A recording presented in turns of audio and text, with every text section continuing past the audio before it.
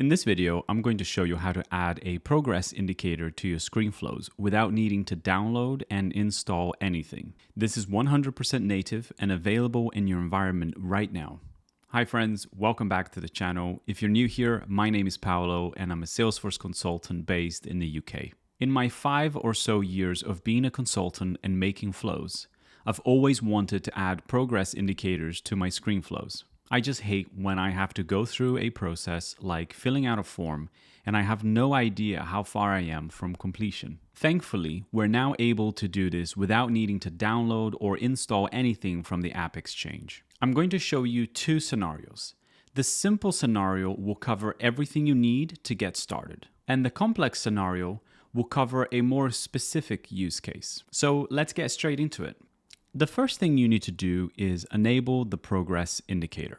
For this, you need to go to your flow properties and under Show Advanced, ensure that Show Progress Indicator on Screen Elements is set to True.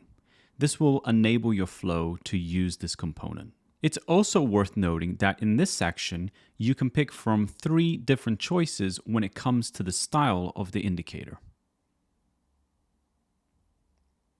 So now that we have enabled the progress indicator component, let's take a look at this flow. I've put this together to demonstrate this feature. So here we have 5 screen elements after each other. Each screen element has a display text to indicate the number of the screen. So for example, the first screen has a display text highlighting that this is the first screen. If you're brand new to flows and this is already too much for you, don't panic. I've put a link in the description with an easy guide on how to make your first screen flow. Okay, so to add your progress indicator, you need to create a stage resource. So click on the first screen element, and on the right-hand side, you'll see stage. To create a new stage, you'll need to give it a name and optionally a description. In my example, I'm going to call the stage the exact same name of my screen. Then you need to set the order. As this is the first stage we're creating, then the order should be 1.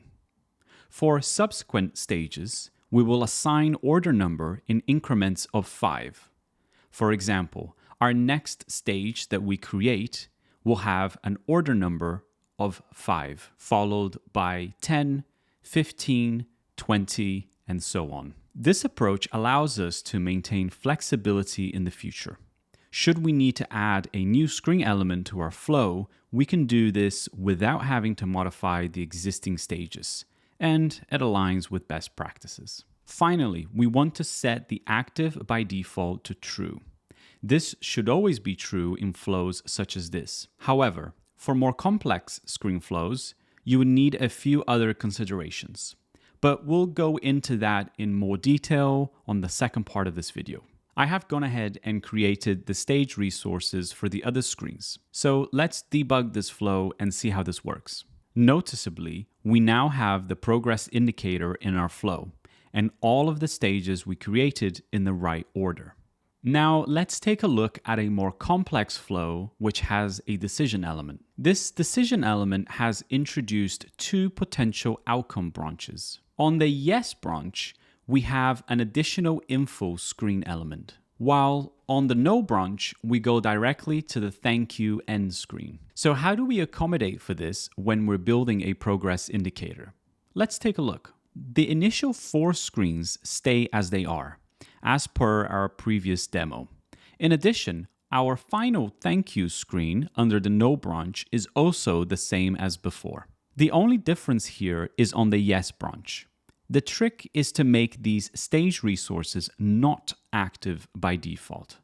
This will ensure that they don't show up on your progress indicator when you first start the flow. But because we want them to show if the outcome is executed, then we can use an assignment element to activate those stage resources. To do this, simply create an assignment element. For variable, you want to select your running flow interview and active stages. Then change your operator to add. And for value, add the resource name for the stage that belongs to this branch.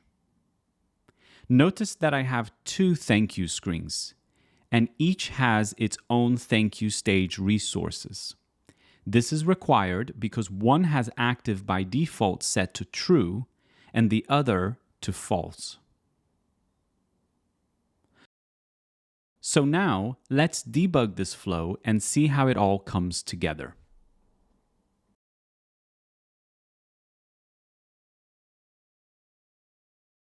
You'll notice that when I start the flow, we can see our initial 5 stages on the top. That's great. Now, when we reach the submit request stage, we can trigger our yes outcome branch from our decision element. So here I'll set this to true, and notice what happens to our stages. The additional info stage appears and becomes our 5th screen, followed by the thank you screen, which is now our 6th screen. So let me quickly show that again. Here is without the additional screen.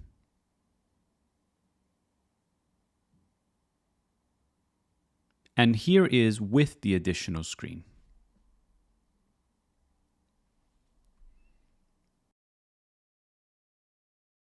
If you like this video, you'll probably like my other flow video where I show you how to use the repeater component. Catch you next time.